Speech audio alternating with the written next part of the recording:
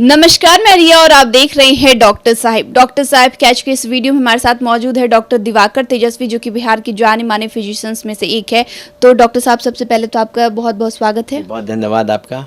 Doctor साहब, बारिश का जैसे मौसम खत्म हो गया, तो अगर बात कर ले कि डेंगू की, तो ये समस्या जो है लोगों को अपनी चपेट में लेने शुरू कर देगी। ऐसे में लोग पहले से ही किस तरीके से बचाव करते रहें ताकि वो डेंगू की चपेट में ना आए? हाँ, बरसात के बाद क्या होता है कि जगह जगह जल जमाव की संभावनाएं बढ़ती हैं, ह्यूमिडिटी बढ़ती है और बहुत जगह जहां कंस्ट्रक्शन वर्क हो रहे हैं वहां भी अभी पटना के अंदर भी विशेषकर बहुत जगह गड्ढे खोदे हुए हैं, गड्ढे हैं जिसमें पानी जमा हुआ है।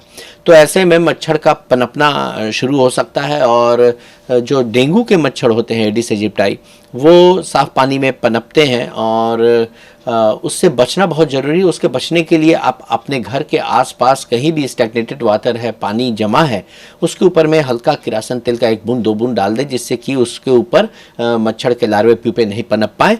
दूसरा है कि मच्छर से के डंक से अपने को बचा कर रखना, उसके लिए फुल स्लीव्स का शर्ट पहनना है, अपने को मॉस्किटो रिपेलेंट लगा कर रखना। अगर मच्छर कहीं किसी भी एरिया में अगर बढ़ रहा है तो मच्छरदानी का प्रयोग करना है और अपने को मच्छर के काटने से बचा करके रखना है।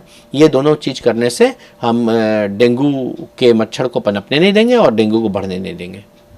तो जैसे कि आपने इन सारी चीज़ों को बताया कि अगर बचाव कैसे करना है, अगर बताएं कि अगर किसी को एक बार डेंगू हो जाता है तो आगे जो है ये कब कितना खतरनाक बन जाएगा?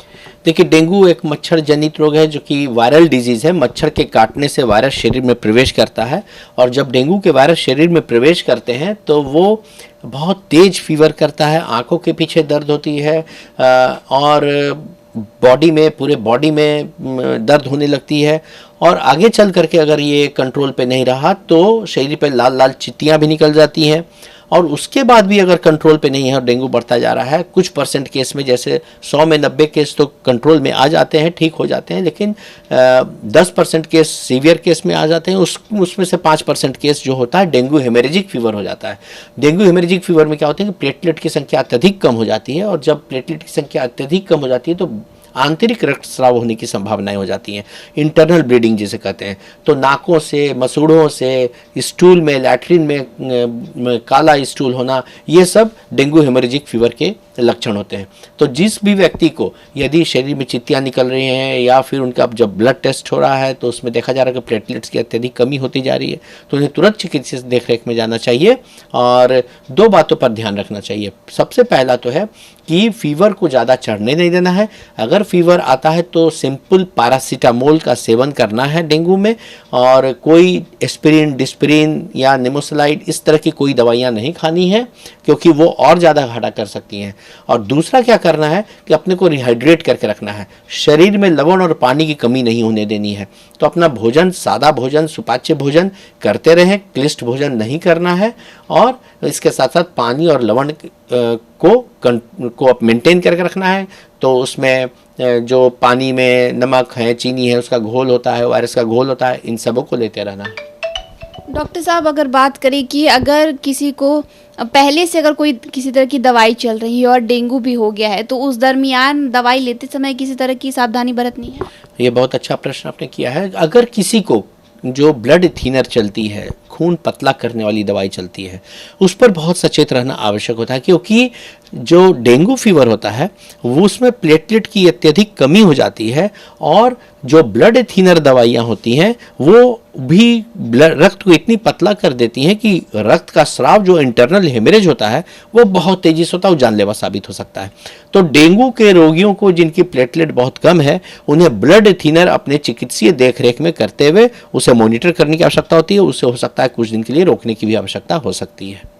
तो अगर जैसे कि आपने प्लेटलेट्स का बताया कि प्लेटलेट्स भी गिरने लगता है, तो प्लेटलेट्स को बढ़ाने के लिए कोई क्या कर सकता है? प्लेटलेट बढ़ाने के लिए बहुत सारे एनेक्डोटल दवाइयाँ भी आई हैं, ऑब्जर्वेशनल स्टडीज़ हुई है।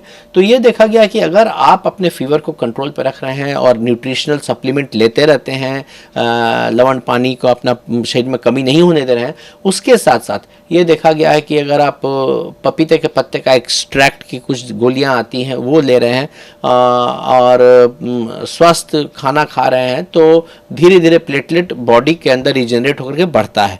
बहुत बार ऐसा भी देखा गया, लेकिन उसकी बहुत कोई डबल ब्लाइंड या फिर कोई बड़ी स्टडी नहीं हुई है कि बकरी के दूध को अगर पीते हैं उबाल करके ठंडा करके तो थोड़ा प्लेटलेट बढ़ने की संभावनाएं बढ़ती हैं। तो ये ऑब्जर्वेशनल स्टडीज़ में आई है, लेकिन अभी double blind case control study में इसका प्रूव्ड नहीं आया कि ये खाने से ये बढ़ेगा ही बढ़ेगा, लेकिन ये सब चीज़ों को करने से प्लेटलेट बढ़ जाता है। तो शुक्रिया डॉक्टर साहब, जो आपने डेंगू के बारे में जानकारी दी है उसके लिए बहुत बहुत शुक्रिया। जी, बहुत धन्यवाद आपका। तो आप डॉक्टर दिवाकर तेजस्वी को सुन रहे थे, जिन्होंने पूरी जानकारी हमारे साथ डेंगू के बारे में साझा की। इस विषय में आप क्या सोचते हैं, कमेंट कर जरूर बताएं। चैनल को सब्सक्राइब कर ले, फेसबुक पेज को लाइक कर ले। डॉक्टर साहब से आपकी क्या सवाल है, हमें कमेंट कर या मेल के माध्यम से भेज सकते हैं। वीडियो देखने के लिए आपका शुक्रिया।